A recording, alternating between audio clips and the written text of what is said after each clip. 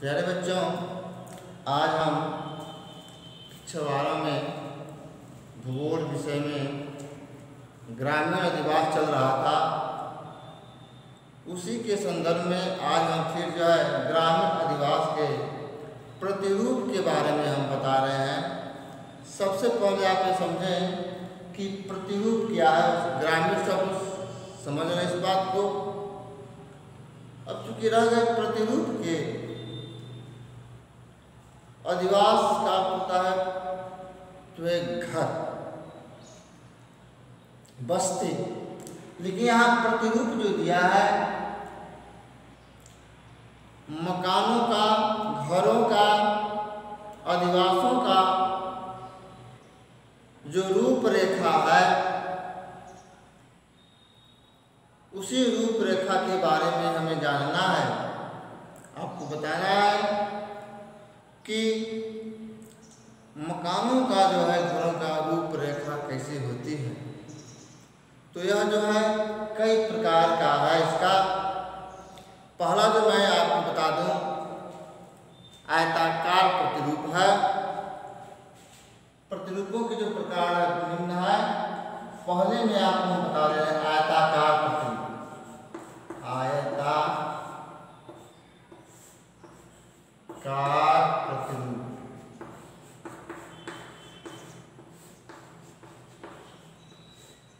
ये जो आयताकार प्रतिरूप है, इसके बारे में आयताकार, यह प्रतिरूप मैदानी क्षेत्रों में देखने को ज्यादा मिलता है। इसका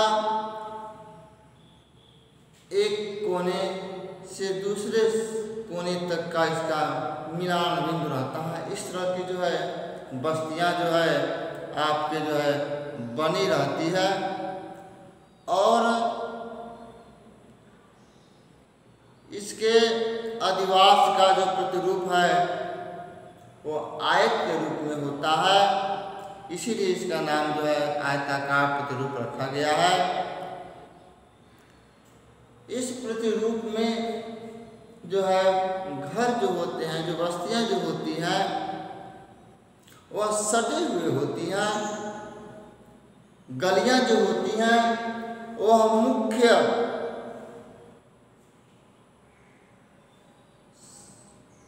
मुख्य सड़क के समानांतर होती है। उसे हम कहते हैं आयताकार प्रतिरूप। एक दूसरा जो प्रतिरूप आपका है वर्गाकार प्रतिरूप।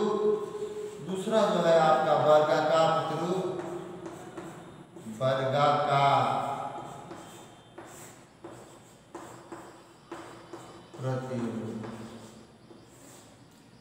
यह वर्गाकार जो प्रतिरूप है, जब निश्चित योजना के अंतर्गत जब हम घर को बनाने से पहले हम वर्गाकार योजना के अंतर्गत हम बनाते हैं। और इन अधिवासों के निर्माण जो है, घरों की व्यवस्था जब की जाती है, तो जब इसकी रास्तों को महत्वपूर्ण भूमिका निभाई जाती है, क्योंकि बीच की जो गलियां होती हैं इनकी चौड़ा होती हैं और गलियां एक दूसरे के समकोण पर जाकर के काटती हैं। ये होती है वर्गाकार प्रतिरूप आपके। और चौकपट्टी लगी होती है। गांव की बस्तियां चौकपट्टी, चारों तरफ की एक पट्टी, एक दीवार चलाई जाती है, बना दी जाती है, ताकि जो है दूसरी जब नींव पड़ती है तो उसकी सुरक्षा मिल सके। इसके बाद से आपका जो आता है तीसरी प्रतिरूप होता है वह है रेखीय प्रतिरूप। तीसरा जो है आपका है रेखीय प्रतिरूप।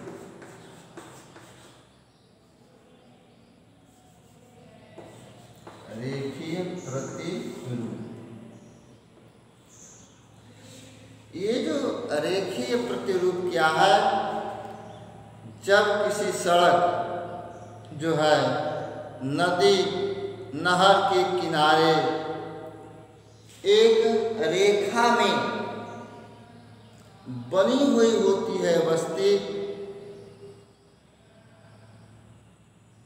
और उनका विस्तार लंबवत होता है,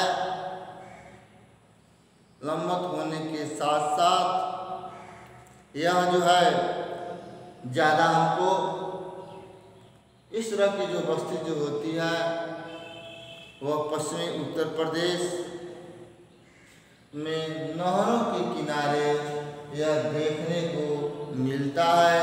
रेखीय प्रतिरूप जो है आपका है। इसके बाद से आपका एक चौथा जो है वृत्ताकार प्रतिरूप। चौथा आपका है वृत्ताकार प्रतिरूप। वृत्ताकार प्रतिरूप, वृत्ताकार प्रतिरूप। यह वृत्ताकार प्रतिरूप क्या है?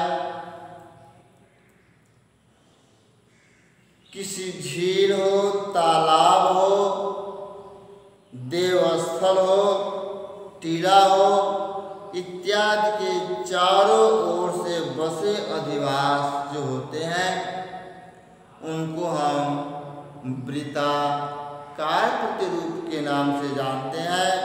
क्योंकि आप जानते भी हैं तालाब, झील या कोई मंदिर या कोई ऐसा टीला हो उसके किनारे जो बस्तियां जो बसी होती है वह जो है वृत्ताकार में बनी होती है। ऐसे प्रतिरूप को हम, ऐसे अधिवास को हम जो है वृत्ताकार अधिवास कहते हैं। यह उत्तर भारत में इस तरह की जो है बस्तियां जो है देखने को जो है मिलती है। तो यह ज़्यादा जो है आपके मंदिर और के किनारे जो है निवास जो है देखने को ज़्यादा मिलता है। पांचवा आपका है तारा प्रतिरूप। पांचवा आपका है तारा प्रतिरूप। तारा प्रतिरूप। तारा प्रतिरूप क्या है? तारा प्रतिरूप जो है आपका, जैसे तारों में जैसे इसका जो प्रतिरूप होता है ऐसे बना हुआ होता है, फिर इस तरह से होता है, फिर इधर से जो है मिला हुआ प्रतिरूप जो होता है। एक समझिए कि तारे के नुमा, फिर इधर से जो है इधर से, फिर इधर से जो है सड़कें जो मिली होती है, इधर से सड़कें जो मिली होती है, इस चित्र के माध्यम से भी है। ऐसे प्रतिरूप को जो है हम तारा प्रतिरूप कहते हैं। यह जो प्रतिरूप होता है ज़्यादा जो है आर्य प्रतिरूप में होते हैं। बाद में मार्गों के किनारे जो है, मार्गों के किनारे सहारे जो है यह विस्तार इसका जो है बड़ा कर दिया जाता है, बाहर की तरफ होने लगता है, जिसकी बस्ती जो का आकार जो होता है वह तारा के समान हो जाता है। या उत्तर भारत की ऐसी बस्तियाँ जो है देखने को जो है मिलती है। छठवां एक आपका आता है कि तीर प्रतिरूप। तीर प्रतिरूप, ये तीर प्रतिरूप क्या है? तीर प्रतिरूप में आप जानते हैं इस तरह का जो प्रतिरूप जो बनता है वो ऐसे बनता है, इस तरह से तीर नुमा जो है प्रतिरूप बनता है। तीरनुमा प्रतिरूप बनता है इस तरह का आकार अधिवासों का। तो तीरनुमा प्रतिरूप में इस तरह के जो है देखने को जो है मिलता है हमें। और यह जो है प्रतिरूप जो होता है अधिकांश जो है नदियों के किनारे देखने को मिलता है। त्रिरूप जो होता है नुकीलेदार होते हैं, अग्रभाग इनका जो है नुकीला होता है। गृहों की संख्या इसमें जो है ज़्यादा घर की संख्या जो है तीर प्रतिरूप में जो होता है वह कम देखने को मिलता है। इस प्रकार जो है ऐसे प्रतिरूप जो है ज़्यादा जो है नदियों के किनारे जो है देखने को मिलता है। इस प्रकार के अधिवास का प्रतिरूप कन्याकुमारी गांव चिल्का झील प्रदेश में देखने को जो है मिलता है तीर प्रतिरूप। इसके बाद से आता है आपका एक त्रिभुजाकार प्रतिरूप। यह त्रिभुजाकार प्रतिरूप जो है ये आपका सातवां है। त्रिभुजाकार प्रतिरूप, यह त्रिभुजाकार जो प्रतिरूप है यह प्रतिरूप जब किसी सड़क या नहर के संगम पर त्रिभुजाकार होती है, इस अधिवास का विकास जो होता है उसकी आकृति जो होती है वह त्रिभुजाकार होती है। और यह जो है आपके संगम स्थल तक फैलने में सुविधा होती है। सुविधा की भावना यहाँ जो है प्रबल होती है। इस जो है त्रिभुजाकार प्रतिरूप में देखने को मिलता है कि ज़्यादा नहर के संगम पर इस तरह के मकान, इस तरह के भवन जो है बनाए जाते हैं। इसके बाद से आता है आपका पंखानुमा प्रतिरूप। पंखानुमा प्रतिरूप क्या चीज़ है? पंखानुमा प्रतिरूप के बारे में हम आपको बता देना चाहते हैं कि पंखानुमा आपका एक आठवां है। पंखानुमा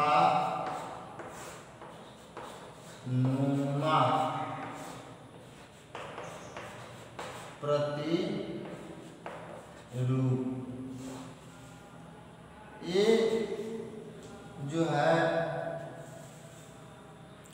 पंखानुमा प्रतिरूप यह एक ऐसा प्रतिरूप है ज़्यादातर यह नदियों के जो है डेल्टा प्रदेश और पर्वतीय प्रदेशों में जो है यह पंखानुमा प्रतिरूप जो है देखने को मिलता है। भारत के जो है गंगा और डेल्टा प्रदेश या हिमाचल प्रदेश के पर्वतीय भागों में पंखानुमा अधिवास हमें देखने को मिलता है।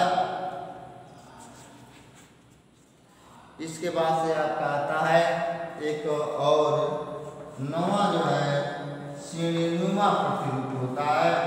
यह श्रेणीनुमा प्रतिरूप होता है।